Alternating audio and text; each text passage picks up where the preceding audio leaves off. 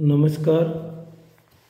आज हम पढ़ेंगे ये तृतीय वर्ष का विषय कि अंग्रेज़ों ने जो भारत पर आक्रमण किया था या अंग्रेज़ों ने भारत पर आधिपत्य किया था उसका भारतीय प्रतिरोध क्या था और उसकी असफलता के क्या कारण थे। सर्वप्रथम हम इस असफलता के जो कारण है उसमें जो प्रमुख कारण है वो भारतीय शक्तियों में एकता का अभाव था। इसका जो भारत में विभिन्न क्षेत्र भौगोलिक दृष्टि से विभिन्न क्षेत्र थे, विभिन्न क्षेत्रों में विभिन्न राजा और सामंत जो भी शासक थे, तो उनमें आपस में बैर भावना स्थापित थी, आपस में सामंजस्य स्थापित नहीं था। इसकी वजह से उनके पास संसाधनों की कमी थी, जनशक्ति की भी कमी थी, संसाधनों में कमी थी और अकेले लड़ने में वो इतने सक्षम और साबित नहीं हुए। यह कारण शुरू में ही रहा जब भारत पे तुर्कों का आक्रमण हुए, चाहे भारत पर मुगलों के आक्रमण हुए और उसके बाद अंग्रेजी आधिपत्य स्थापित हुआ। इन सब का जो भारतीय प्रतिरोध की असफलता का जो मुख्य कारण भारतीय शक्तियों में एकता का अभाव था। शक्तियाँ आपस में ही प्राय युद्ध किया करती थी। इसके अतिरिक्त अंग्रेज़ों की एक नीति थी, फूट डालो और राज करो की नीति।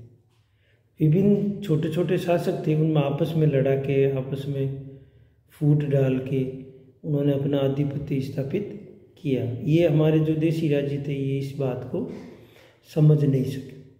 इसके अतिरिक्त भारतीय शक्तियों का एक स्थिर व कार्यकुशल राजनीतिक व्यवस्था की रचना करने में असफल होना। भारतीय शक्तियाँ ऐसी कोई व्यक्ति आधारित थी, संस्थागत ऐसी संस्थाओं का निर्माण नहीं किया गया जिसे व्यक्ति कमज़ोर होने पर भी वो राज्य या जो शासन है वो सुचारू रूप से चल सके, जी स्थिर हो सके या उसका कार्यकुशल बन सके।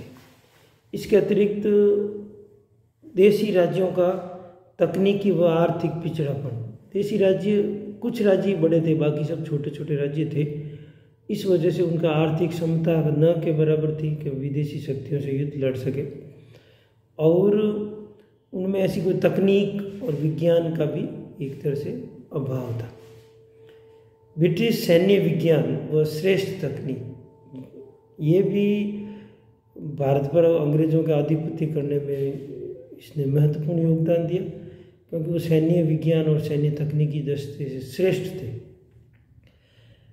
उनके सैनिक अच्छे प्रशिक्षित थे, श्रेष्ठता थी, उनका वे अनुशासन प्रिय थे, कार्यकुशल थे, उनका नेतृत्व सफल था, वे अपने राज्य और देश के प्रति वफादार थे और अंग्रेज़ों की जल शक्ति में सर्वोच्चता स्थापित की थी।